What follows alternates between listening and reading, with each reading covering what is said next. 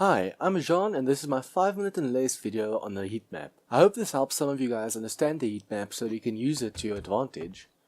The heat map has nothing to do with actual heat, but refers to the activity level in a certain area. Some games have meters where if you do something bad, your wanted level goes up, causing cops to come after you. The heat map is the same concept, but increases with your level of activity. Quite a few things add to the heat map. For forges and workstations, the heat it generates from using them adds to the heat map. For guns and explosives, the noise they make when they fire add to the heat map. Even the smell from food you are carrying, or animal corpses, and even zombie gore add to the heat map. When your heat map levels reach a certain intensity, it will attract the attention of screamer zombies, which look like small girls in white clothing. They let out a loud scream when they spot you, which spawns zombies according to your level. At high enough levels, they can even spawn dogs, cops, ferals, and zombie bears. They spawn zombies every time they scream, so if you don't kill them fast enough, they can end up spawning a horde. Just be careful, since they can also spawn other screamers with their screams, which if they let off screams also can cause a never-ending horde of zombies. The heat map increases in chunks, which are 16 by 16 blocks in the game. So for example, a forge will heat up the chunk it is built on, and the heat gets lower the further away it gets from that chunk. If the chunk's heat gets high enough, the adjacent chunks will also start getting hotter. The only way to lower the heat map is by ceasing activity in those chunks, and even then the heat goes down slowly. We're now going to look at items that contribute to the heat map.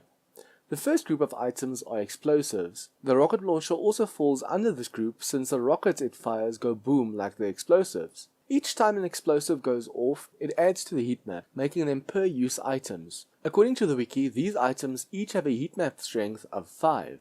The second group of items are guns, augers, and chainsaws. According to the wiki, all these items have a heat map strength of 0.3, except the SMG with a heat map strength of 0.1. These items are also per use items since each shot they fire adds to the heat map. The blunderbuss and hunting rifle have to reload after each shot, so they add to the heat map the least. Sniper rifles fire 5 shots and magnums fire 6 shots, so a full clip adds 1.5 and 1.8 to the heat map strength respectively. A shotgun in sword off can fire 8 shots, so with a full clip add 2.4 strength to the heat map. A pistol can fire 15 shots, so it adds 4.5 to the heat map with each clip, making its heat map strength almost as strong as an explosive going off. Since the AK-47 and SMGs have 30 ammo in a clip, it makes their heat map strength 3 and 9 respectively. The SMG adds less to the heat map since its strength is 0.1 per shot. The chainsaw and auger are the worst. These are also per use items, so the strength is 0.3 for every 1 gas that is used, and since they have 200 gas before refueling, they have a heat map strength of 60 each, which is the equivalent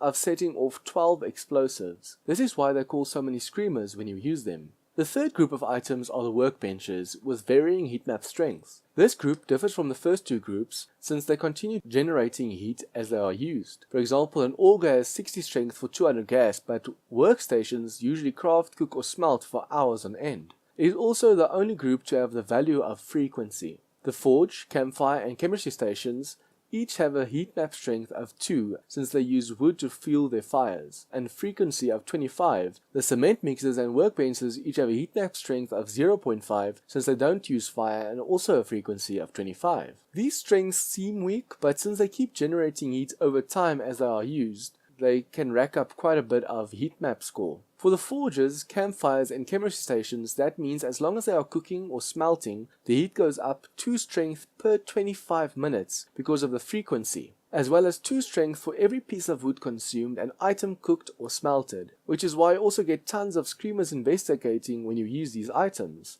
The cement mixers and workbenches add 2 strength per 25 minutes to the heat map for as long as they are busy crafting because of the frequency, and add 0.5 to the heat map for every item that they craft. That's everything I know about the heat map. If you guys have any questions or feedback, please comment that down below, and if you like this video, please remember to hit that like button. For those of you that are new to this channel, please remember to subscribe for more of this content.